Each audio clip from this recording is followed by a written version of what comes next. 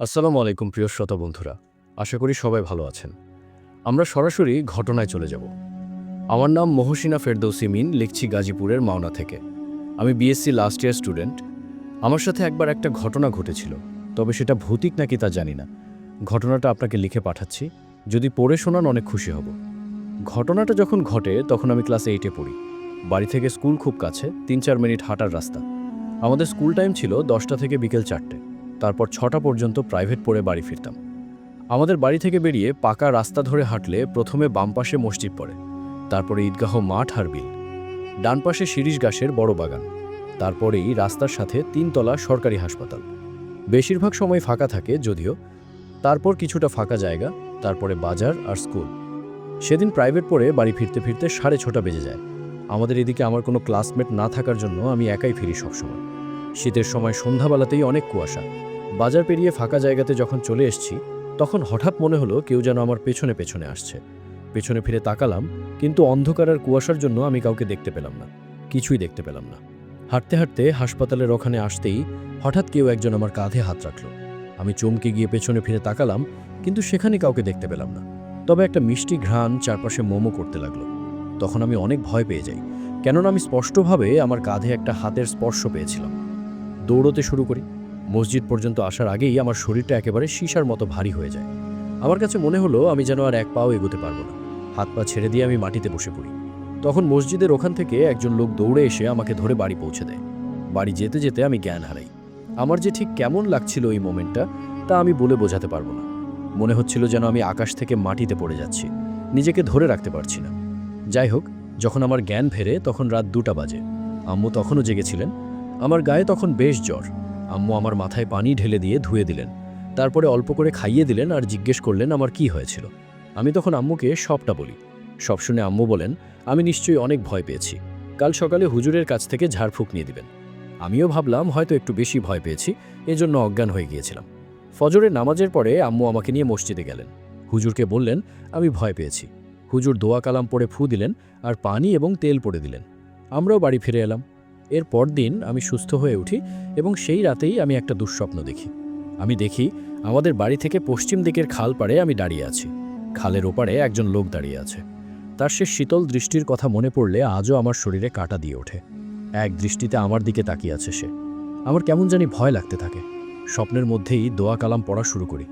একটু পর কেউ একজন আমার পেছন থেকে ডাক দেয়। আমি পেছনে ফিরে তাকিয়ে দেখি অনেক দূরে আমার আম্মু দাঁড়িয়ে আছে।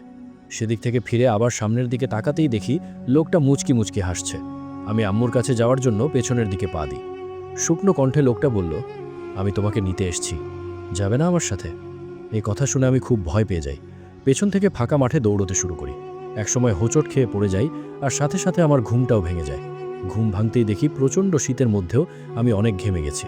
গায়ের উপর থেকে কম্বল সরিয়ে দিলাম। অস্থির লাগছিল। এই জন্য বিছানা থেকে উঠে বারান্দায় গেলাম পানি খাবার জন্য। আমাদের উঠোনে একটা বড়ই গাছ আছে। কুয়াশার চাদরে গাছটা অনেকটা ঢাকা পড়ে গেছে। পানি খাবার পরে আমি কিছুটা শান্ত হই। বারান্দার গ্রিল দিয়ে উঠোনের দিকে তাকিয়ে আছি। এমন সময়ে হঠাৎ কেউ একজন যেন আমার কানে কানে বলল, যাবেন আমার সাথে? আমি এতটাই চমকে উঠি যে এক লাফে আমি 2 পা পিছিয়ে আসি। সামনে তাকাতেই দেখি একটু আগে স্বপ্নে দেখা সেই লোকটা আমার থেকে ঠিক 2 হাত সামনে দাঁড়িয়ে আছে। অদ্ভুত তার দৃষ্টি। আমি প্রচণ্ড ভয় পাই তখন। আম্মুকে ডাকার অনেক চেষ্টা করি, কিন্তু আমার গলা দিয়ে কোনো শব্দ বের হচ্ছিল না। পুরো শরীরটা পাথরের মতো ভারী হয়ে যায়। ঠিক তখন বাইরে থাকা আমাদের কুকুরটা চিৎকার করে ঘেউ ঘেউ করতে শুরু করে, আর মুহূর্তের মধ্যেই সেই জিনিসটা আমার চোখের সামনে অদৃশ্য হয়ে যায়। আমি কিছুতেই নিজের চোখকে বিশ্বাস করতে পারি না। ভয় কাঁপতে কাঁপতে ঘরে এসে শুয়ে পড়ি। সে রাতে আমার আর ঘুম আসেনি। ভোরবেলা আম্মু নামাজ পড়তে উঠে দেখেন আমি জেগে আছি। তিনি জিজ্ঞেস করেন যে কি হয়েছে। আমি আম্মুকে কি বলবো আমি বুঝতে পারছিলাম না। তাই জন্য শুধু বলি যে আমি ভয় পেয়েছি।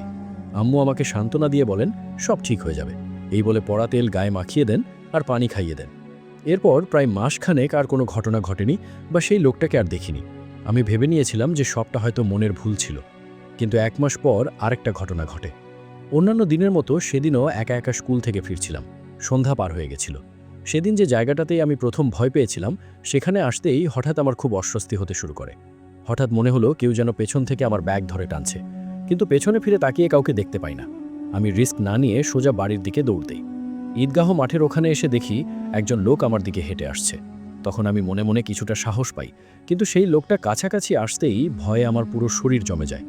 সেদিন স্বপ্নে দেখা সেই লোকটাই আমার সামনে দিয়ে আসছে। আমার সামনে এসে অদ্ভুতভাবে বলে, যাবে না আমার সাথে?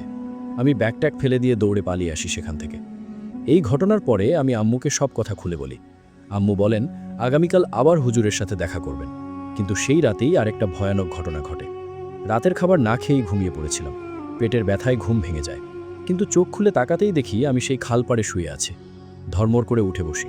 আমার কাছে মনে হতে থাকে আমি স্বপ্ন দেখছি, যদিও ব্যাপারটা একেবারে বাস্তব লাগছিল আমার কাছে। খালের ওপারে তাকিয়ে দেখি গতদিনের মতো আজও সেভাবেই দাঁড়িয়ে আছে লোকটা। এরপর সে আমাকে বলল, চলো, আজ তোমাকে নিয়েই যাব। আমি জানি না তখন আমার কি হচ্ছিল বা কি হয়েছিল। তার কথা শেষ করে সে উল্টো দিকে বিলের দিকে হাঁটা শুরু করলো, আর আমিও রোবটের মতো তার পেছনে পেছনে সাঁকো পেরিয়ে হাঁটতে শুরু করলাম। একটু পর দূর থেকে একটা ডাক ভেসে আসতে থাকে, যেন অনেক দূর থেকে কেউ আমার নাম ধরে ডাকছে। হঠাৎ আমার মাথাটা ঝিমঝিম করতে শুরু করে। আমি চাচ্ছিলাম পেছনের দিকে, যেদিক থেকে আমাকে ডাকছিল, কিন্তু আমার শরীরটা যেন আমার কাবুতে নেই। ওদিকে পেছন থেকে সেই ডাকটা ধীরে ধীরে কাছে এগিয়ে আসছে। একটু পর আমি বুঝতে পারি ওটা আমার আম্মুর গলা। এবারে আমার মাথায় অনেকটা ব্যথা করতে শুরু করে। আমি নিজেই যেন নিজের সাথে যুদ্ধ করছিলাম। হঠাৎ আল্লাহর অশেষ রহমতে আমার কাছে সব কিছু স্পষ্ট হয়ে যায়। আমি সাথে সাথে দোয়া পড়তে শুরু করি, আর সেই লোকটা আমার দিকে ঘুরে রাগে গজগজ করতে থাকে। আম্মু ততক্ষণে আমার অনেক কাছে চলে এসেছে। আম্মু কাছাকাছি আসতেই লোকটা হাঁটতে হাঁটতে দূরে চলে যায়। আম্মু এসে আমাকে জড়িয়ে ধরে। আসার সময় দূর থেকে সেই লোকটাকে দেখা যাচ্ছিল। আম্মুকে অনেকবার দেখানোর চেষ্টা করি, কিন্তু সে নাকি কিছুই দেখতে পাচ্ছিল না। বাড়ি ফিরে দেখি রাত 3টের বেশি বাজে। অর্থাৎ আমি সত্যি সত্যি এই গভীর রাতে ওইখানে ছিলাম, কিন্তু আমাকে ওখানে কে নিয়ে গিয়েছিল তা আমি আজও জানি না। এরপর আমরা একজন বড় হুজুরের সাথে দেখা করি। তিনি শুধু বলেন, এই দুনিয়ায় হাজারো রহস্যের মধ্যে হয়তো কোনো একটা রহস্যময় জিনিস ভর করেছিল আমার উপর। এখন আর ওসব ভাবি না। ওই ঘটনার পর থেকে ভয় অনেকটা কমে গেছে। তো এই ছিল আমাদের আজকের সংক্ষিপ্ত ঘটনা। কেমন লেগেছে সেটা কমেন্ট করে জানাবেন। আজকের মতো বিদায় নিচ্ছি। আল্লাহ হাফেজ।